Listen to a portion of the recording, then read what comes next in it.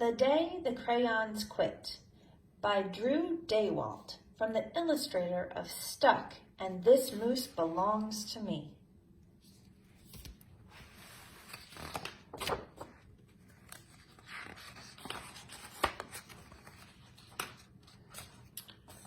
One day in class, Duncan went to take out his crayons and found a stack of letters with his name on them.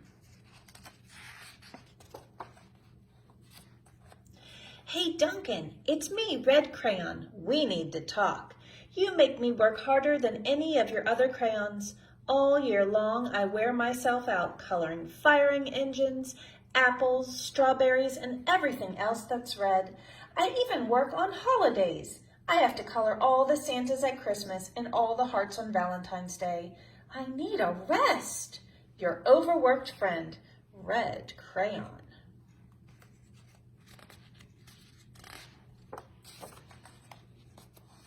Dear Duncan, all right, listen. I love that I'm your favorite crayon for grapes, dragons, and wizard hats, but it makes me crazy that so much of my gorgeous coloring goes outside the lines. If you don't start coloring inside the lines soon, I'm going to completely lose it. Your very neat friend, Purple Crayon.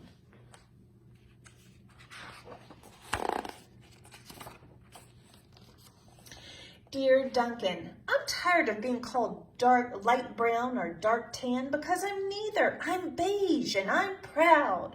I'm also tired of being second place to Mr. Brown Crayon. It's not fair that Brown gets all the bears, ponies, and puppies, while the only thing I get are turkey dinners if I'm lucky, and wheat. And let's be honest, when was the last time you saw a kid excited about coloring wheat? Your beige friend, Beige Crayon.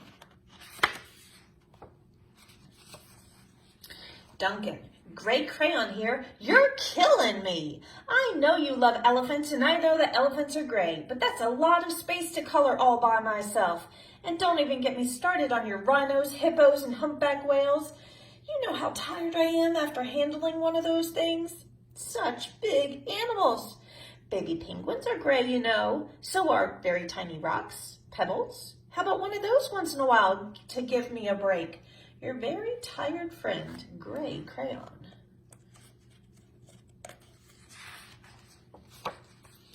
Dear Duncan, you color with me, but why? Most of the time, I'm the same color as the page you're using me on, white.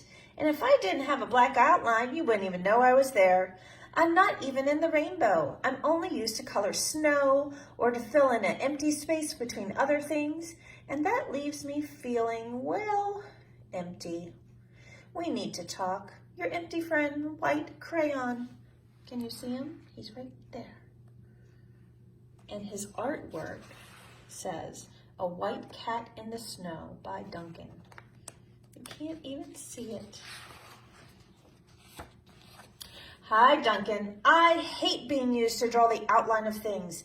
Things that are colored by other colors, all of which think they're brighter than me. It's not fair when you use me to draw a nice beach ball and then fill it with all the colors of the ball with all the other crayons. How about a black beach ball sometimes? Is that too much to ask? Your friend, Black Crayon.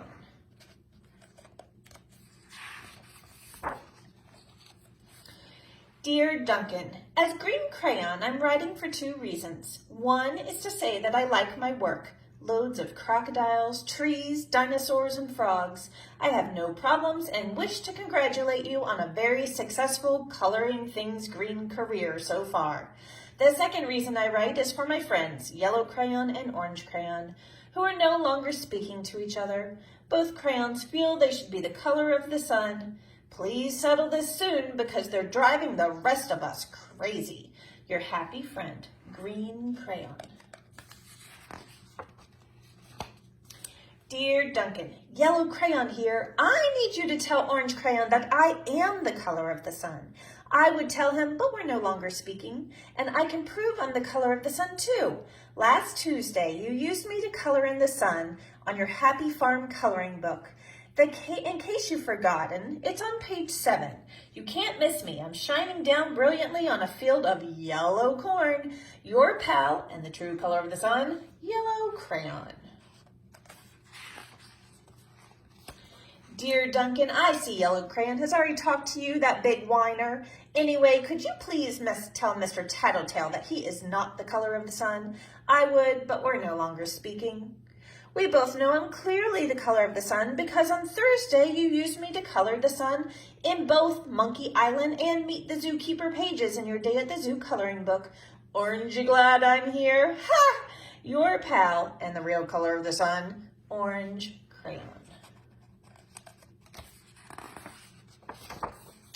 Dear Duncan, it's been great being your favorite color this past year and the year before that and the year before that. I've really enjoyed all those oceans, lakes, rivers, raindrops, rain clouds, and clear skies. But the bad news is I'm so short and stubby I can't even see over the railing in the crayon box anymore. I need a break. Your very stubby friend, Blue Crayon. Look at him, he's so little, itty bitty.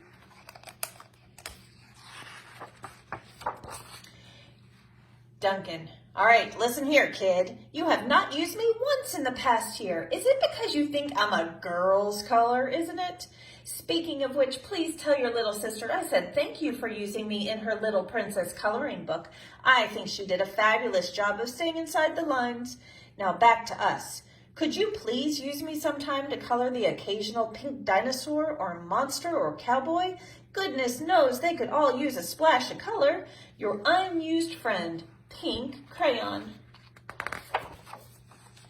Hey Duncan, it's me, Peach Crayon. Why did you peel off my paper wrapping? Now I'm naked and I'm too embarrassed to leave the crayon box. I don't even have any underwear. How would you like to go to school naked? I need some clothes. Help! Your naked friend, Peach Crayon.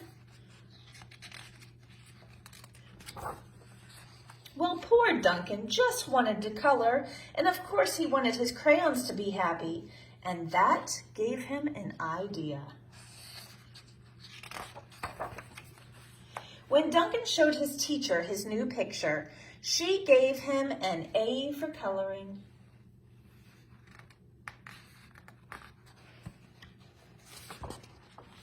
And an A+ for creativity. The end.